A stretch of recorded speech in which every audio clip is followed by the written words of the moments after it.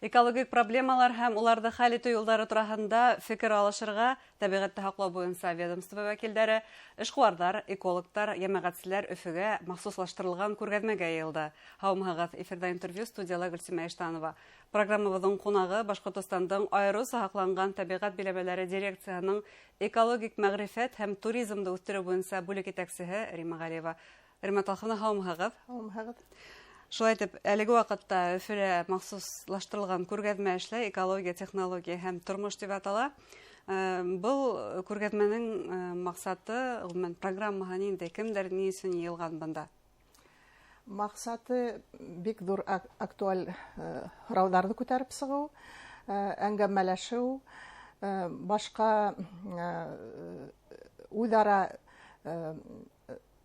фикер алышу һәм тәҗрибәләр уртаклашу, шуның буенча инде үткәрелгән сара. Чөнки әлеге көндә кешелек дөньяһы бик ярата тәмле ашарга, тыныс йокларга, матур киенергә, бөтә уңайлыктар белән кулланырга, берниме белән дә торып калаһы килмәй, ләкин без аңлайбыз, бұл һәрбер безнең яшәү машиндай матур тормыштың икенче ягы бар. Һәдемтәһе бар. Чөнки табигать ресурслары мәңгелек түгел. Беренчедән, икенчедән аларны табып эш иткән вакытта безнең экологик проблемалар туалар. Ошы балансты ничек хакларга һәм ничек итеп яшәргәлә, ничек итеп эшләргәлә, ничек итеп кулланырга һәм яңа технологияларның үсеше безнең ошы тормышта ошы проблемаларны эш итү буенча. Шуның өчен андагы йыелган предприятиялар нинди материалдар, кемдер экология яктан таза булган сыгаралар, нинди ашһудар әзерләйдер, нинди косметикалар шундый экологик яктан таза булган кулланырга, шундый саралар менән кемдер нәйтә, эшкуар эшләрен алып бара, yetiştirә, куллана, ошыларның фикерләрен алышу һәм ошо проблемаларны бергәләшеп, уйлашып, шундый тәҗрибәләр белән уртаклашып, шуның өчен йыелган сара. Бында 20-ләгән түңәрәк өстәл эшләй, тиелде, һәм бұл түңәрәк өстәлләрнең темалары нимәләр? Бына, мәсәлән, экологик мәгърифәткә, туризмды үстерүгә кагылышлыгына килгәндә. Менә безнең мәгърифәт буенча, туризмды үстерү буенча һорауларның бүген инде ул түңәрәк өстәл үтте. Табигатты без бөтәбез яратабыз, бөтәбез дә күрәһебез килә. Ошы матур урыннарны, ошы матур төякте. Башкортстан төяге бит инде ул индерелгән 200 Мына 200 ханы бар, Карагай табигать биләмәләренең уникальный, җир шарында уникальный булган объектлары. Кабатланмас объектлар. Кабатланмас 200 генә объект, шуның безнең Көньяк Урал шул объектка инә.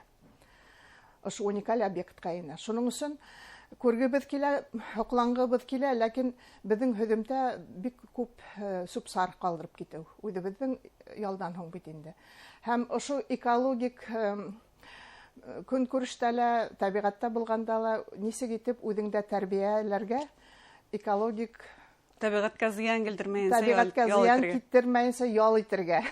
Өйдә генә түгел, өйдә бит инде без хәзер субсарды сортировать итәргә, бүлеп нитәргә бит урынлаштырырга, шул нәмәләргә өйрәнәбез. Көндән көн өйрәнәбез, барабыз. Ләкин менә табигатькә сыккас кешеләр үзенең кеше икәнен нимәгәдер онытырга оныталар куялар. Шуның өчен ошо эко-привычканы, гадәтте ничек итеп тәрбияләргә, табигатта ла матур кеше булып калырга. Нинди кагыйдәләрне без гадәткә индергә тиешбез уңайга?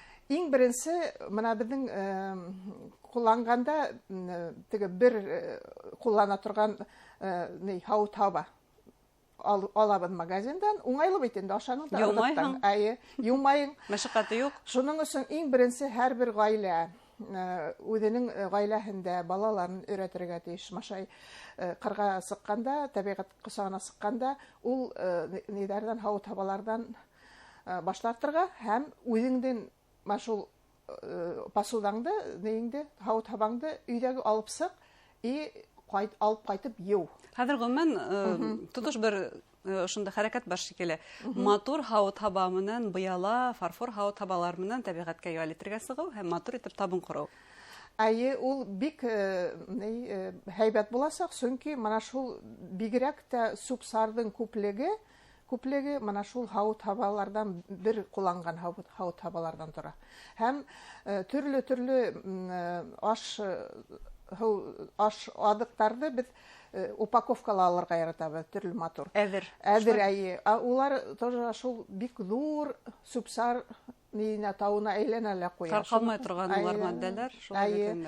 Шуның өчен шул нейдәрдән, пакеттардан да баш тартып, алырга әйбердән тегелгән пакеттар, аны кулланырга, юаң да кулланаң, ташлап куймайың. Ана ул шулай итеп, мен шундай бик нык кыен булмаган гына гадәттәрне үзеңдә өйрәтеп, һәм башка үзеңдә әйткән гаиләңдең, дус-иштәреңдең, һине белгән кешеләргә дә шайтып, үзеңнең фикереңне yetkizеп, аларны да өйрәтһәң, менә шул инде кагыйдәләрне бозмаска ул бик зур бөтәһе өчен дә, киләсәге өчен дә безнең табигатьтән бик зур файда булыр. Бuna ayrı saklangан табигать билемеләр бар республикала. Унда хәл нисек һуң? Чөнки унда барыбер карайдар, инспекторлар бар, ирекмәндәр эшләй унда. Менә табигать безнең өчен бөтә табигать бер эш ял итәһебез килә, ләкин һәр кеше белергә тиеш, айыру сакланган билемеләр бар. Айыру сакланган билемеләрдә үзенең режимы бар, кагыйдәләре бар. Анда нимә эшләргә ярый, нимә эшләргә ярамай. Һәм ошо билемәләрнең сиге бар, аның майданы бар, анда язылган ошо кагыйдәләр. Ул кагыйдәләрне инде безнең инспекторлар карайдар. Кагыйдәләрне бозылса, безнең туристлар булырга тиеш түгел. Әлбәттә, туризмда ошо билемәләрдә тикәй түгел, хак түләп керү, һәм ошо кагыйдәләрне бозмай. Ләкин ундай билемәләр безнең күп түгел. 7% майданындан алганда, Башкортстанның майданынан. Калган процентларда тәртип тә һакланмай, кагыйдәләр дә үтәлмәй, димәк. Шулай, 93% шулай, анда караусы юк. Менә ял иткән ханда алһак, былтыр безнең 5 табигать паркында 162 меңдән ашу кеше ял итте. Һәм ошо иң күп парктар арасында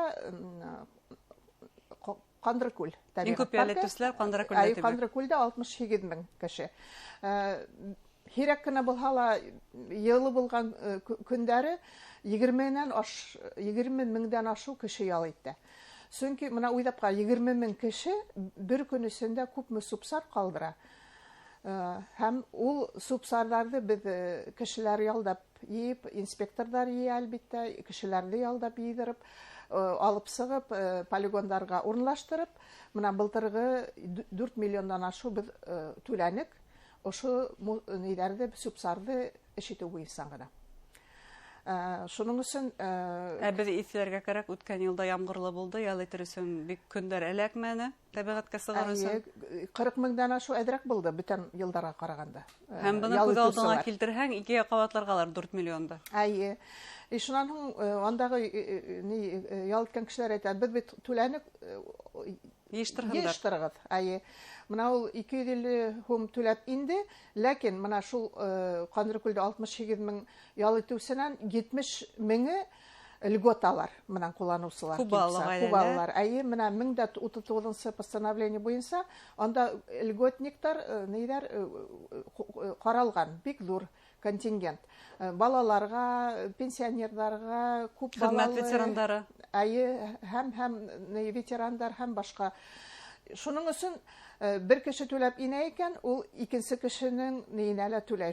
Ул бит икенче кеше субсары тоже калдырып китә шунда. Шулай итеп, анда күп сыгым килеп сыкмай, ана шул анда йыйып, тазартып, ниләрне әйткән ашул хакка килеп сыга инде үзе түгел. Чөнки инспекторлар ханандан сикләнгән 5 кеше, ял менә 20 мең кеше артынан йөрер өчен анда бер 15-20 кеше яллар кирәк. Һәм аларга бөтәһенә бит инде түләр кирәк, зарплата түләр кирәк. Һәм менә нимә тәкъдим итәһең әлеге вакытта менә инспекторлар һез үзе нимә тәкъдим итәгез, экологтар нимә тәкъдим итә ошо мәсьәләне хәл итү өчен? Гадәткә индерү генә. Гадәткә индерү буенча бик күп саралар үткәрелә. Бигрәк тә балалар мәктәбендә, балалар нинде шанһуң балалар менән бергә ата-әсәләр дә кушылып, андый активистлар да байтак. Ләкин менә Иремәл дә йөргән туристлар, алар субсардан калдырырга тырышмайдар. Иремәлнең башына менеп нинди уборщик йыеп йөри инде. Әлеге шул инспекторларга кала бит инде. Һәм алар үзләренең субсарын үзләренә алып төшергә. Андый кешеләр, менә аңлаган кешеләр күбрәк. Менә Кандыркүл, менә Аслыкүлдә инде теге матрасный туризм диләр.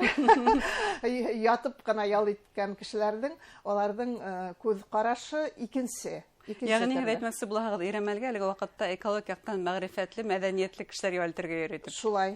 Бәлки бөтәһен дә тәүдә Иремәлгә мендереп тәрбияләп алыргалар, үзең менән субсарды йөритергә тиеш. Чөнки Иремәлгә барыр өчен кеше үзен физик яктан да тәрбияләргә тиеш, рухи яктан да тәрбияләргә тиеш. Безнең ул тавыбыз бит инде әлеге бөтәһе сер түгел.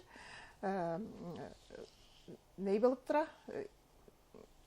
Маяк булып тора, изге тау булып тора. Шуның өчен ондагы кешеләрнең мөнәсәбәте икенчерәк. Башкортстанның бөтен табигаты барыбыз өчен дә изге булһын инде һәм барыбызның да уга карата мөнәсәбәтебез мәдәниятле булһын дигән теләктәбез. Зур рәхмәт әңгәмәгез өчен. Хөрмәтле тамашачылар, Башкортстанның аерым сакланган табигать биләмәләре дирекциясенең бүлек итәкчесе Рима Галиева мәһидәштек. Игътибарыгызга зур рәхмәт.